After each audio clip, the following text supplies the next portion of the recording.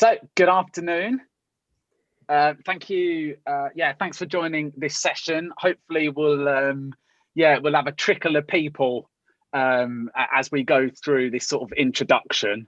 I hope you're having a great conference. And this breakout session is titled "Harnessing the Voice of Youth in Rare Disease Advocacy" as part of the Opportunities to Build and Engage New Communities content, theme and strand. Yeah, so welcome everyone. We're really excited for this session today, and just to start off, we wanted to thank Open Health as well for sponsoring and making this possible, and just welcome to any colleagues from there, and Gavin, if you've been able to join us, as well as their Director of Rare Diseases. And thank you to Find a Cure for thinking of us and inviting us to host this afternoon. Really looking forward to it. So as we've said, Lawrence and I were really pleased to be your co-chairs today, and there's a little bit of information on the slides there about the organisations that we're with. And just to note as well, XLH UK is a condition-specific rare disease organisation, because I realise it's not always clear from the name what we're involved in.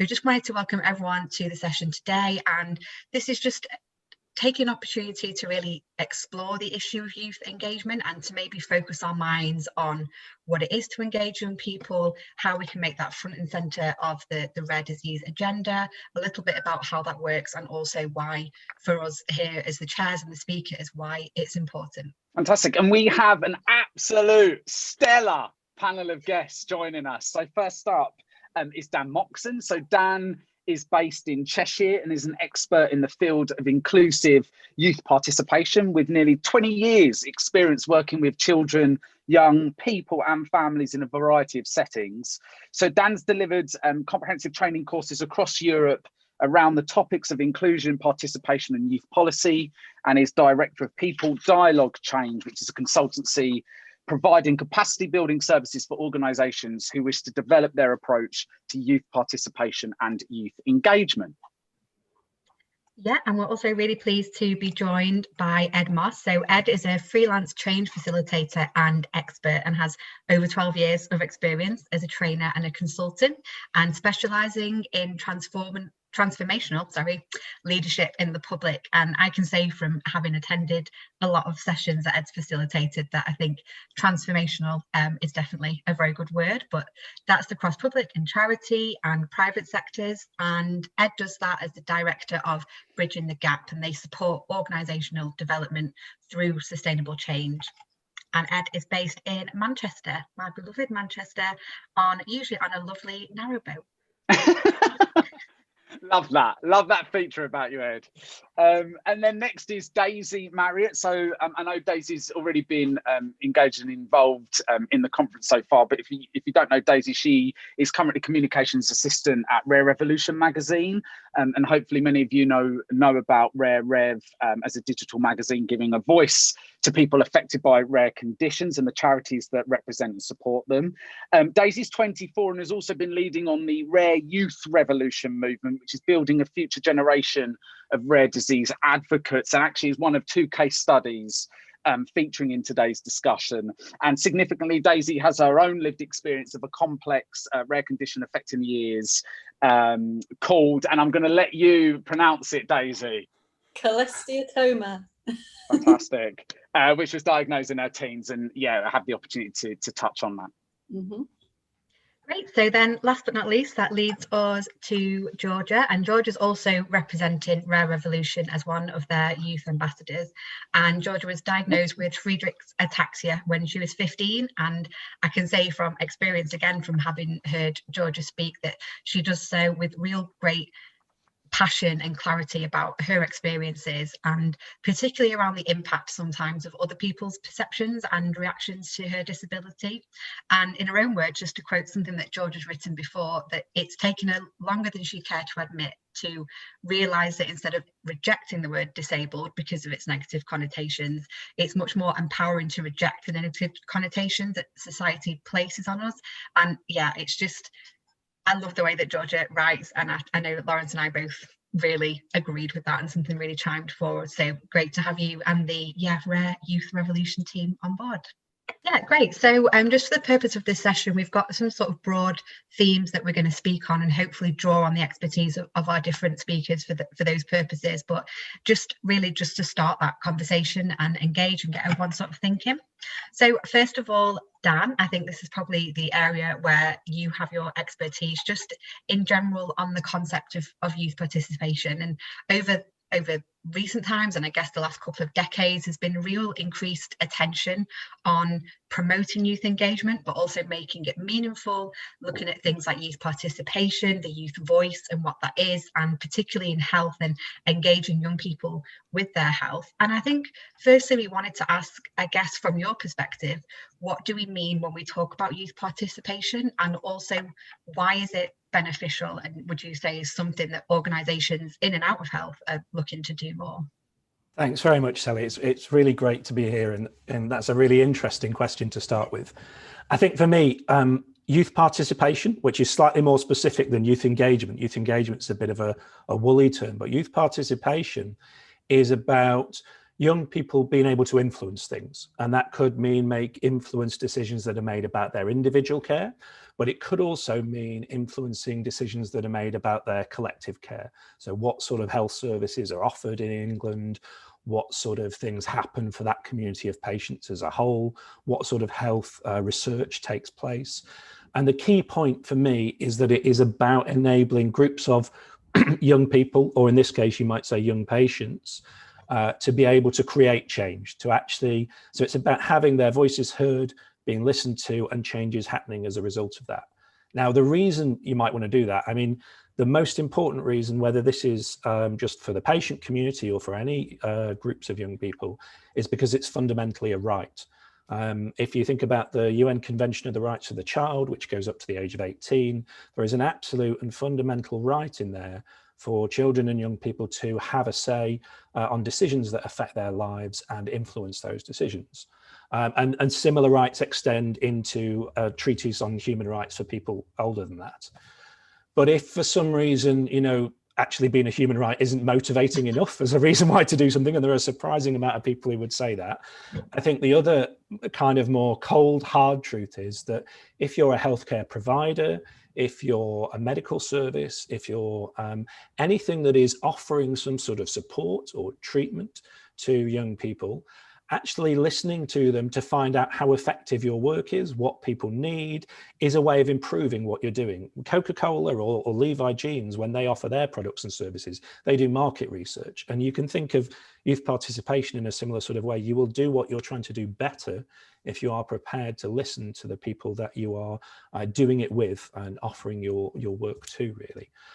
So for me, that would be the key thing about youth participation is about listening to groups of people and enabling them to change what is going on in the world around them. And in the context of patient participation, what we're really talking about there is the provision of health and social care for different groups of people. So that would be my starter for 10 anyway. So no, that's really interesting. I know that's something that we've talked about before and things that we've been engaged with, almost that idea that you need to listen to young people, because if services aren't working for them, then they're not going to wait for you, and they'll go somewhere else, and their need will still continue even if you're not meeting it, I guess. And I suppose that brings on to another question almost, is when people are looking to youth engagement, do you think that maybe the aim is for perhaps the organisations or the adults in the room to change their approach, or do you think it's also about helping young people to learn ways that they can engage with other audiences or with bigger organizations or with older organizations? And is it kind of a two-way process, or where do you see that difference being made? Thanks. I think two-way processes are always really important. If you're thinking about, say, patient organizations, was really a need for them to open up, bring young people into what they're doing, into their membership, to have them really actively involved in the things that they're doing. And that involves a two-way dialogue between the patient organisations and the young people themselves.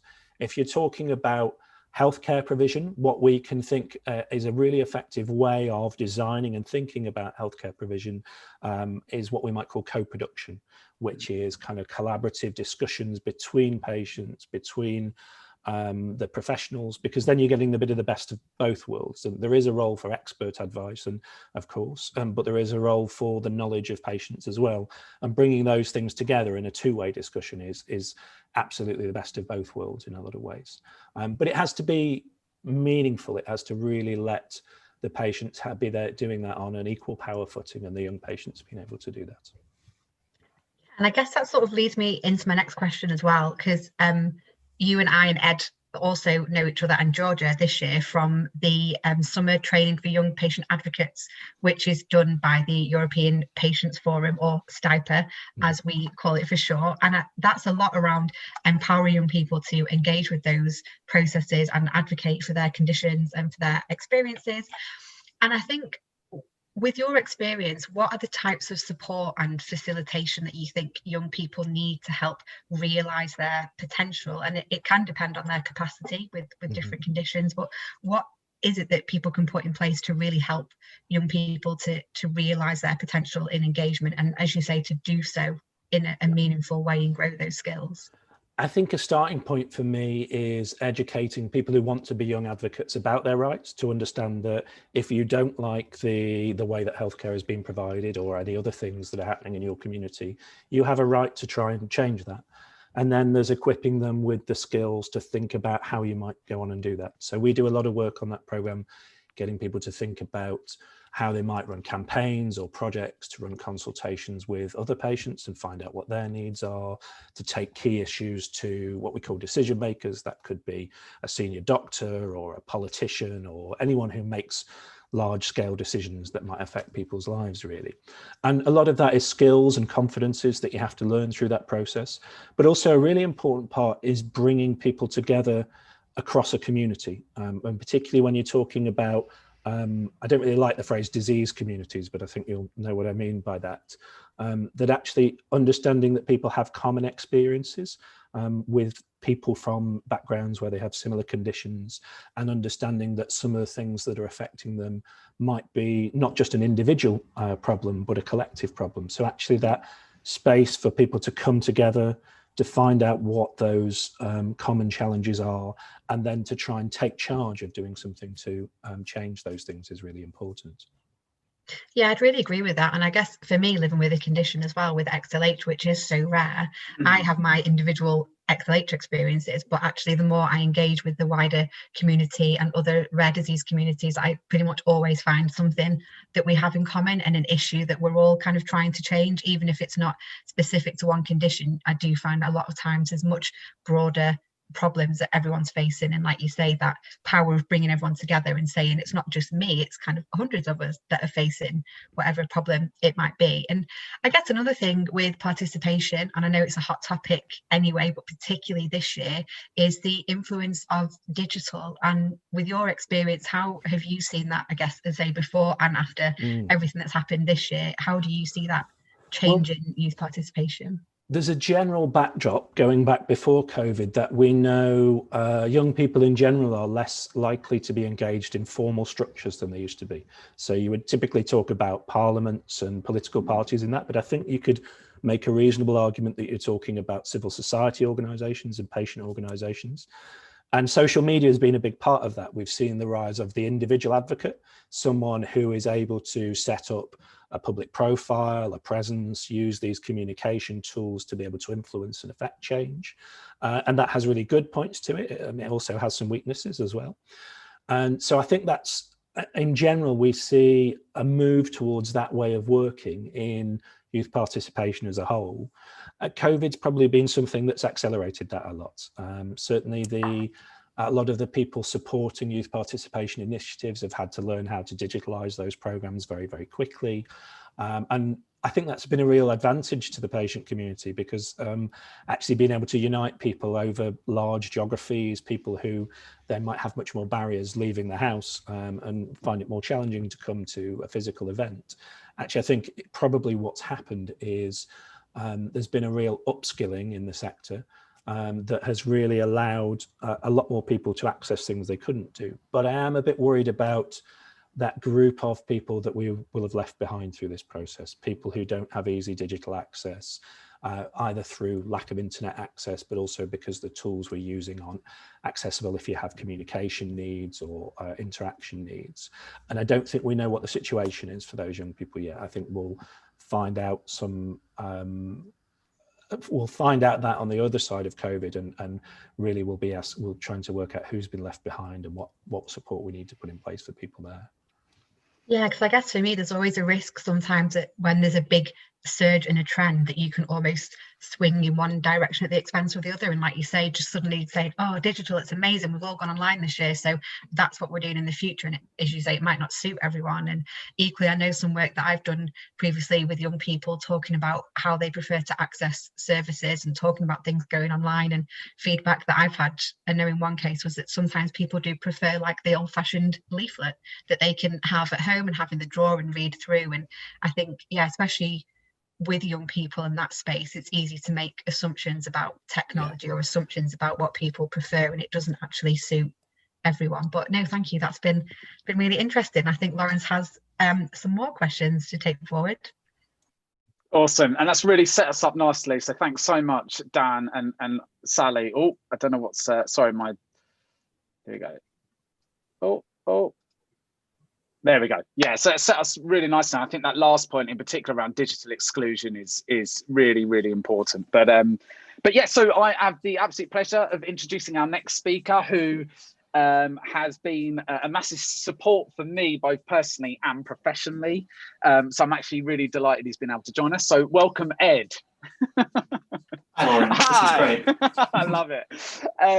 So Sally introduced you, Ed, as a change facilitation expert. So for any doubters out there, could you give us a snapshot of how you work with different public and private organisations and some of the sort of recurring themes in organisational leadership that you continue to identify and uncover?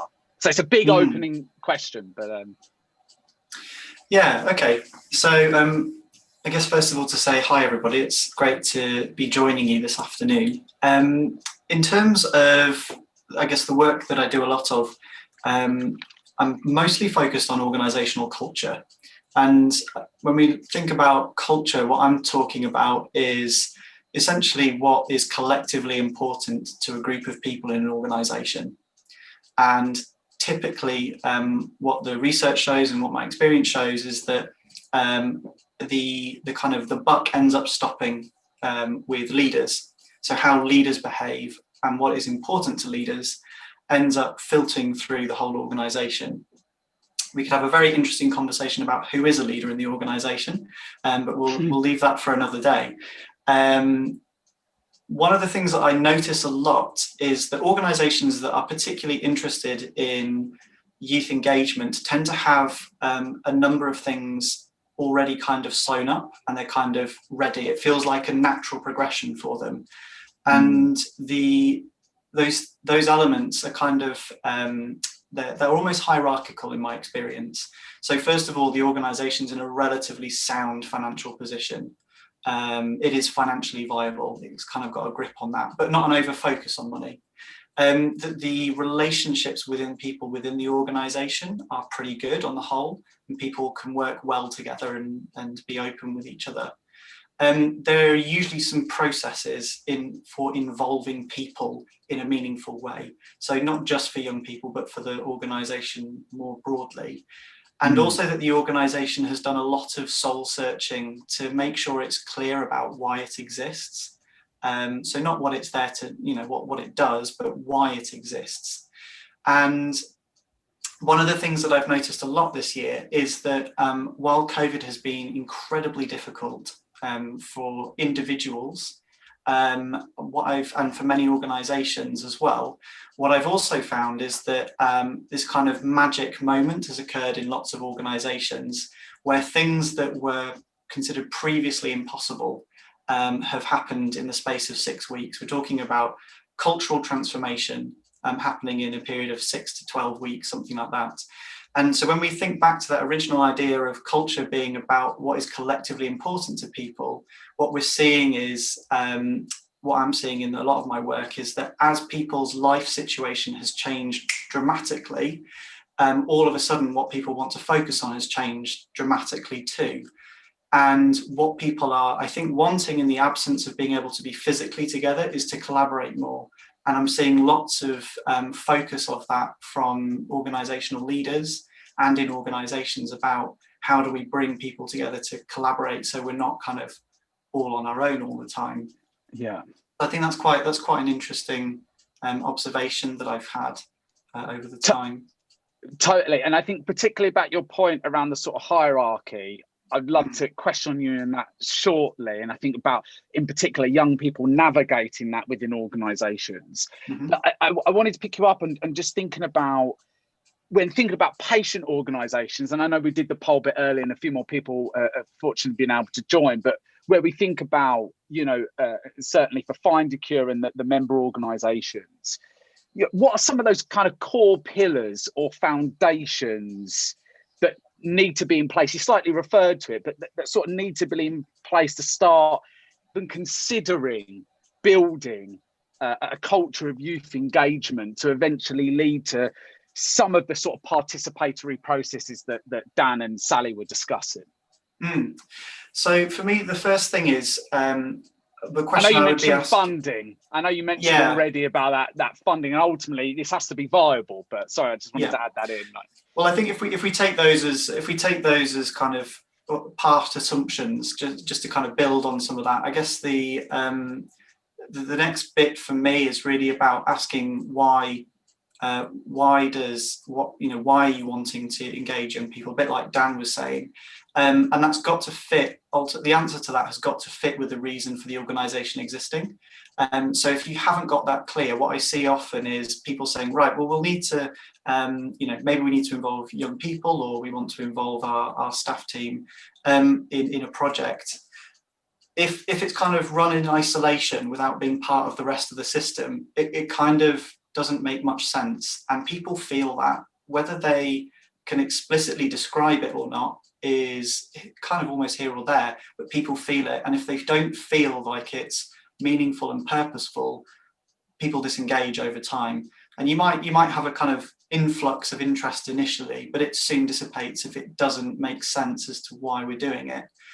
And actually that can actually be quite damaging in that it actually builds up friction within the organization, both from the people trying to run an engagement program and also sometimes from people participating in it.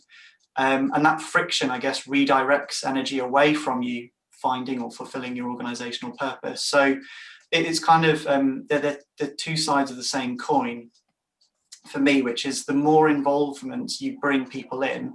And so, for example, involving patients, young patients, in helping you to clarify the reason your organization exists is really helpful in terms of being more engaging in the first place. And also it is meaningful by its definition, because you're considering them as partners and part of the system rather than wanting to run a little project on the side, just to be seen to be doing something.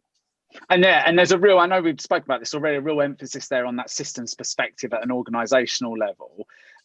So to follow on from that point then, like how would, it's two parts here, sort of how would young people go about navigating an organization where forms of sort of hierarchy and paternalism and dominance exist, but also vice versa? So like you just picked up about, how do organizations themselves address power dynamics and reduce those frictions to ensure young people are included in that kind of priority agenda setting process? The first thing that came to mind actually when you were talking about young people trying to navigate organizations that they have identified in that way, the real challenge is if people don't want to change, they're not going to change. If people haven't done the reflection and have realized that it's not serving them and their purpose well, in my experience tells me that you can make maybe a couple of centimeters or an inch here or there difference, and maybe actually the focus then becomes on helping the organizational leaders to see what you can see as a young patient, the paternalism, the power structure that's stopping them. But going from the other perspective, if you're at the stage where you're thinking, right, we've done the reflection, we know why we want to involve young people. I would say that for me, the big thing is just try and get a measure of where you are. And, you know, there are plenty of tools around that will help to measure your culture. Many of the ones I work with, but also the ones that also just help you to look at maybe the dynamics within the organization. And it kind of doesn't really matter where you are. Maybe you are paternalistic as an organization. Knowing that and knowing how it influences what you're doing is really helpful, because you can do something about it. Not knowing about it is a little bit like swimming around in the dark. It's quite unpleasant and you don't go anywhere. So I guess for me, some starting points are going to be around pulling down some of that paternalism. Is rather than thinking of young people as, you know, as kind of people that you love and want to take care of, it's actually about having them as kind of equal partners. So create a safe, open space for conversation. Acknowledge the power dynamics. You know, if you are, as an organization, wanting to deconstruct some of your paternalism, then talk to your partners about that. And if those partners are young people, great. And then start to involve people in the creation of the rules that help to make that so. So give people the knowledge about what's going on, and then involve people in saying, how are we going to create some ground rules about how we're going to work together. That tends to create a much better level playing field for people to talk openly and safely about ideas that they've got. And you soon know if that's not present, because people don't say things. You know, you go to a meeting, everyone's quiet. Yeah, and I'm sure everybody on the call has been in one of those meetings. So oh yes, 100%. And actually that's a good point. Is just to jump in on that, is we kind of sometimes I have this idea that young people are kind of separate or adjacent to adults. And while, of course, you know, depending on the age, there are kind of developmental stages that young people go through. I think it's also quite interesting to remember that adults are kind of also just big kids in clothes at work. And that's how I experience like being in the office. I feel it all the time, you know. Yeah. And I know when I talk to leaders in senior positions that there's a sense of that. We put fancy words around it, but it boils down to that. So totally. Yeah. And I know we're slightly late on time, but I have a couple of other questions. I think, what in terms of that belief shift from your experience, like I know you've mentioned about COVID, and obviously organizations have had to react to that in different ways and be adaptable. But in terms of that belief shift, like, how long does that take? Well, I mean, for me, this is one of the things that's been really interesting in COVID, because our lives were ultimately changed very quickly, or we certainly felt it very quickly. That shift happened extraordinarily fast. I've been doing this work for quite a long time, at least 10 or 12 years or so. And normally these kinds of shifts take years. You know, we're talking years of slow incremental change. But what we saw was this kind of very, very rapid shift in what's important to people. So one of the things that I'm working with some organizations at the moment is trying to understand what kind of transformations people went through, and how do you kind of create those within an organization without the need of a life-threatening pandemic, you know, kind of getting us to make some kind of change, because that's very fear-based. You know, the sudden fear of losing our jobs and fear of that kind of kept everyone in their homes, while very powerful, is exhausting to go through and is not particularly pleasant.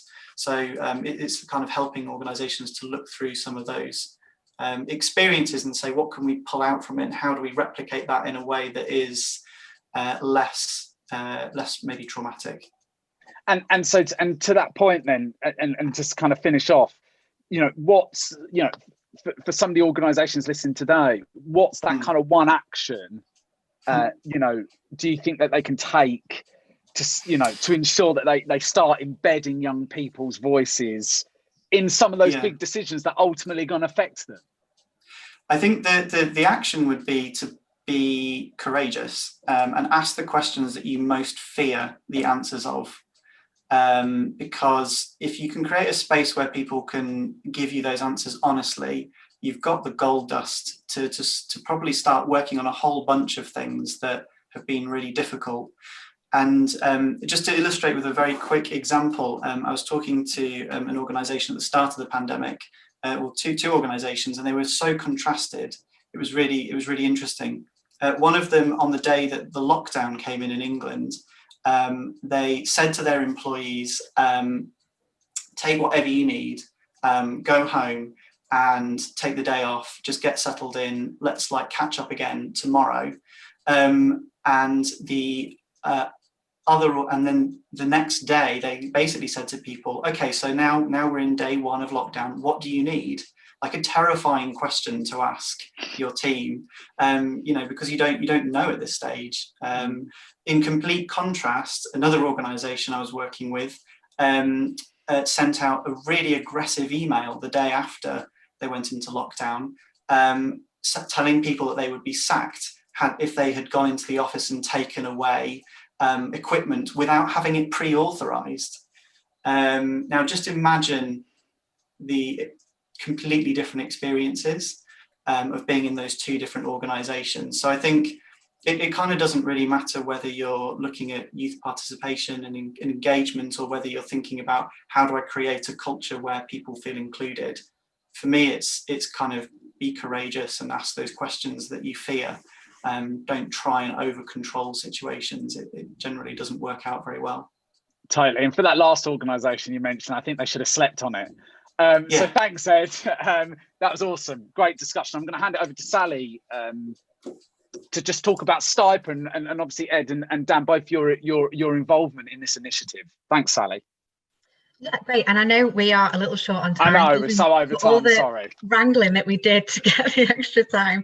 So we've touched on some of this already, so we can just be brief on just discussing, Dan and Ed, a little bit about Stiper. So I attended last year in person in Vienna. I've attended this year virtually in the spare room, but still had an amazing time both years. And I think it was just to understand from the two of you a little bit about the purpose of it when it was set up by the European Patients Forum and they brought you guys in, and a little bit about how you approached that and how you built that course to be able to empower young people, I suppose. Thanks, Sally. I mean, I think one of the things I want to just pick up on a comment Janet made in the chat, which was if patient organisations aren't accessible and open to young people, they'll just walk. And I want to be really blunt with people in the room. We have a lot of negative feedback from young people about the state of patient organisations today and about them being unwelcoming. And I think as a whole, the European Patient Forum knows that they need to train the next generation of advocates, as it were. And it's very rare that I'll talk about young people as the next generation. They're the current generation now. But actually bringing young people directly into active patient organisations has been a really one of the founding motivations to bring young people into the patient movement as a whole.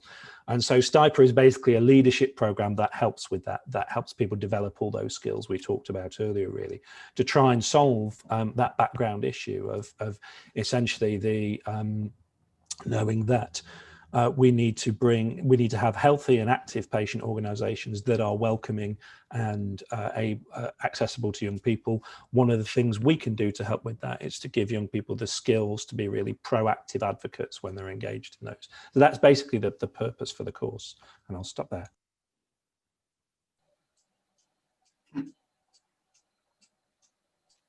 On mute again, but I was just going to ask a little bit as well, and maybe this is, I don't know, for both of you, in terms of the sessions, I've always found them quite creative in a way, I guess, and quite unlike any other training that I've done, either as a young person or even kind of going into career and professional things. And I wanted to maybe understand a little bit more about how you went through that process in not just preparing young people for engaging with organisations in that way, but also more maybe the personal side and them getting to know themselves and build their own skills, and how you got it to be reflective as well for young people and understanding who they were and what they could bring to organisations. Maybe if I can jump in then. So Dan and I work a lot around the experiential learning cycle. So essentially that is, and so maybe the kind of creative part that you described, Sally, is is where you start off by encouraging people to have a live experience that they can feel something in. So thinking back to some of maybe the theatre games, or pairing people off into pairs to go and have a conversation about something very specific. You give people something that's quite contained and intense, immediately followed by a process of reflection, which helps people to orientate themselves around what they've just experienced and layer over the top of previous things that have happened to them. We then introduce some of the kind of skill-based concepts that Dan has talked about, and then we invite people to then think about how they could put that into action based on the experience they've just had. And so it's a series of going kind of round and round and round that. And part of the creativity is having that as a kind of guide for you. And then also thinking about, okay, what are the specific kind of situations we could put people into, which have certain outcomes. And a lot of them actually involve people being quite vulnerable and being able to try and learn from that experience. And rather than learning, oh, how would I do that particular task again? A lot of the objective is around, okay, so what resources did I have in myself already that I could apply in that situation? And if there is additional potential that I wasn't able to bring this time, who could help bring that out? And I think that's what we see when we talk about, different advocates supporting each other through the programme.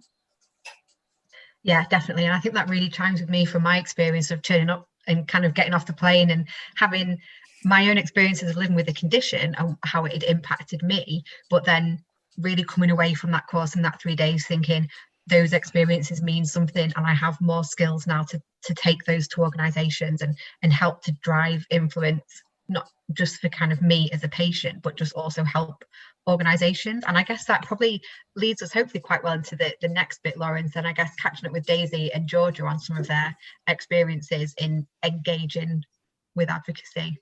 100%. And I think I was just going to add there, Dan, Ed, you must be doing something right, because on this call we've got 3 alumni of that programme, and I can think of countless more young people and consultants that I actually work with in my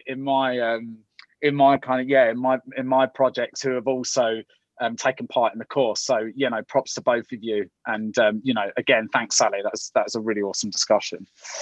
So let me move on to our third segment. And again, Sally, I hope you're watching the times. We've gone so over. So I'd really like to welcome Daisy. Hello, Daisy. And I know that, again, you've been involved in the conference so far. But for anybody that doesn't know, obviously you work as comms assistant at Rare Revolution. Yeah. So first of all, Daisy, I understand you were hired by Rare Rev after an internship during uni, and I guess I just wanted to throw that one because I wondered if you could just share about kind of what that meant to you, but also how important you think it is that patient organisations recognise young people's talents within their respective communities.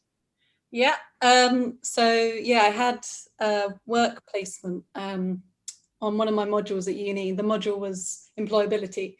And I'll just explain how I kind of got to know Rare Rev. So the thing that caught my eye was in the hall where we had all the stands where we could choose which organisation we went for. It was actually the visuals of the magazine that caught my eye.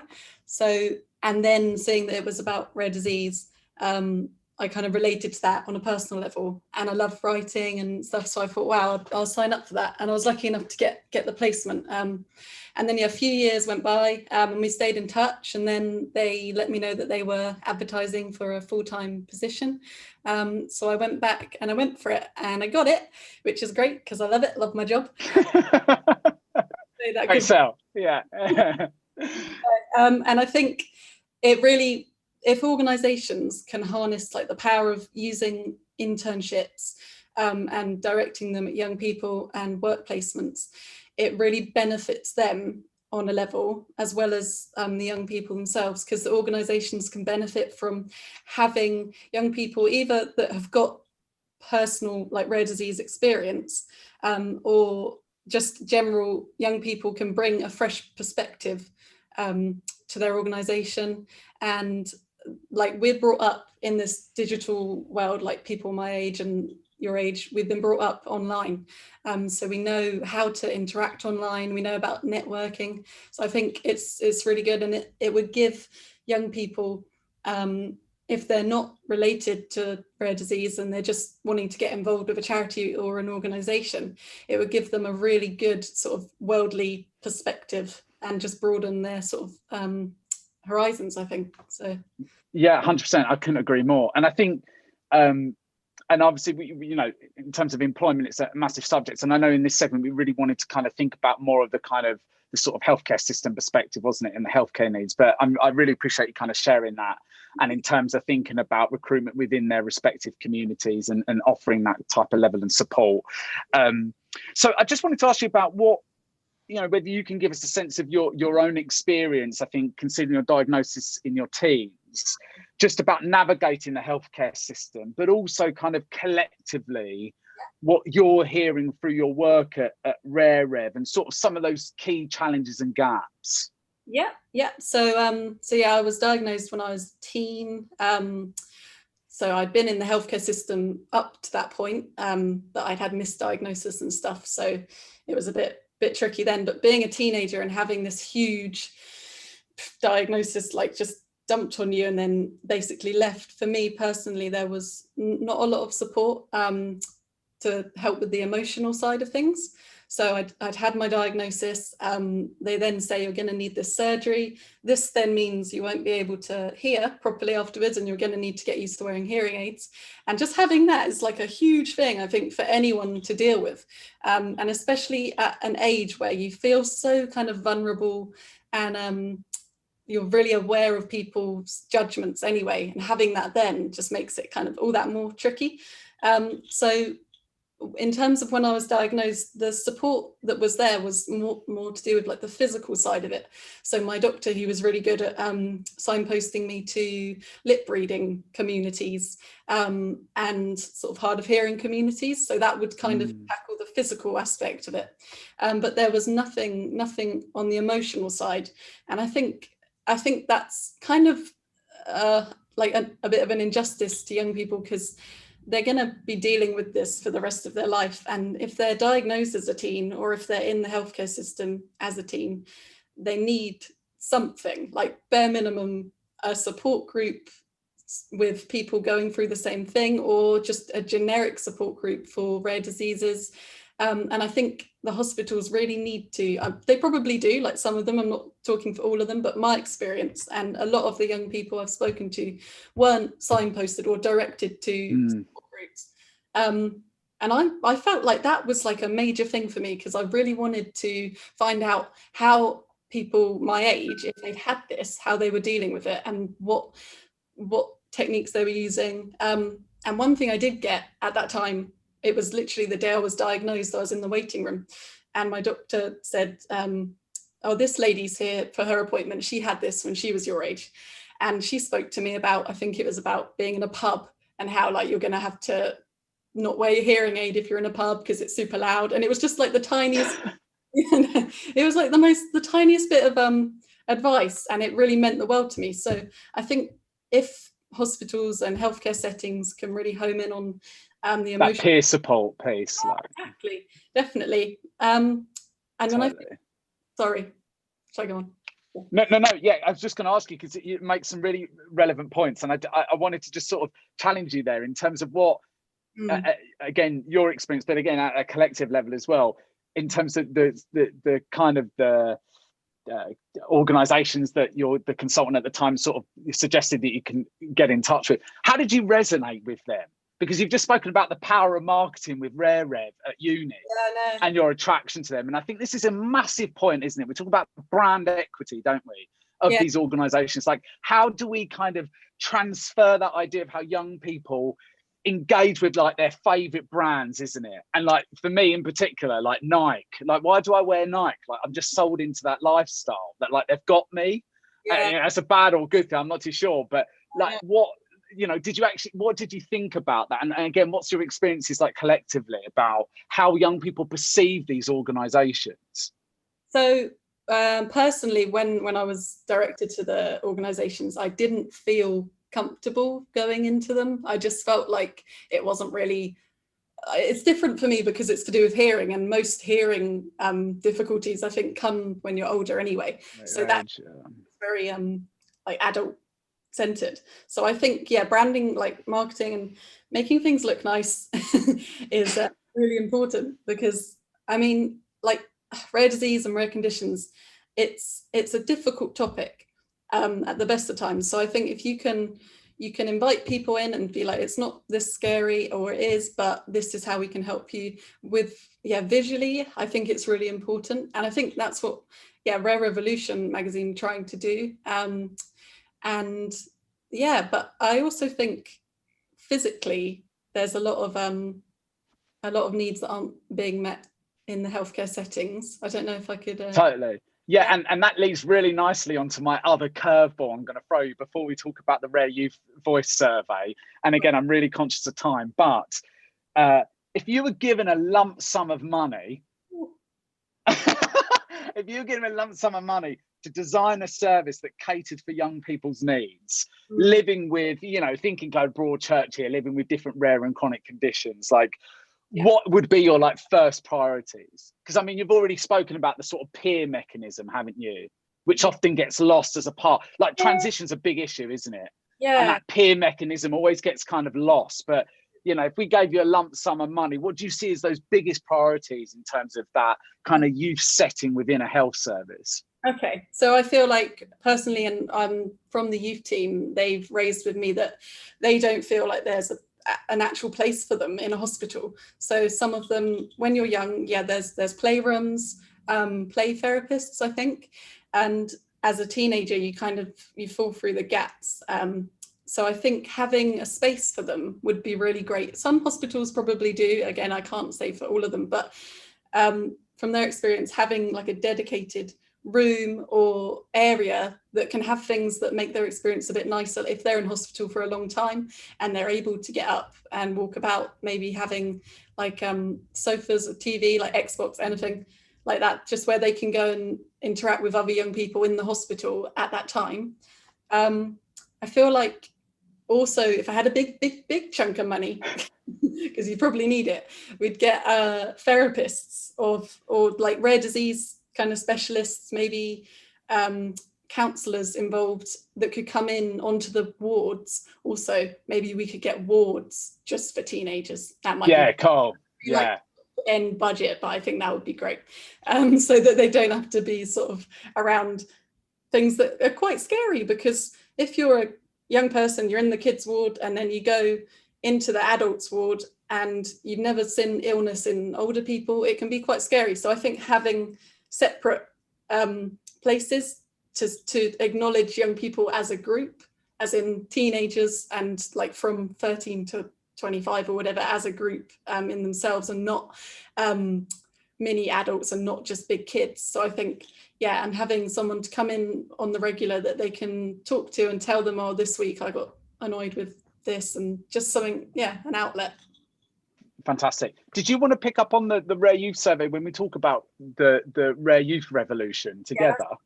Yeah. We'll do that, and that's fantastic. So thanks so much, Daisy. I'm going to hand over back to Sally. Thanks, Sally. Yeah, no, it was so interesting to listen to that, Daisy, because I know that resonates so much with some of my experience, and particularly with the mental health side, because even though my condition is purely physical, in terms of how I've experienced it, I probably see it as like 50-50 in terms of, here's all my physical symptoms, but here's all the kind of emotional weight of living with them. And I'm a bit of a believer in that phrase that's kind of become more popular recently, if you can't be what you can't see.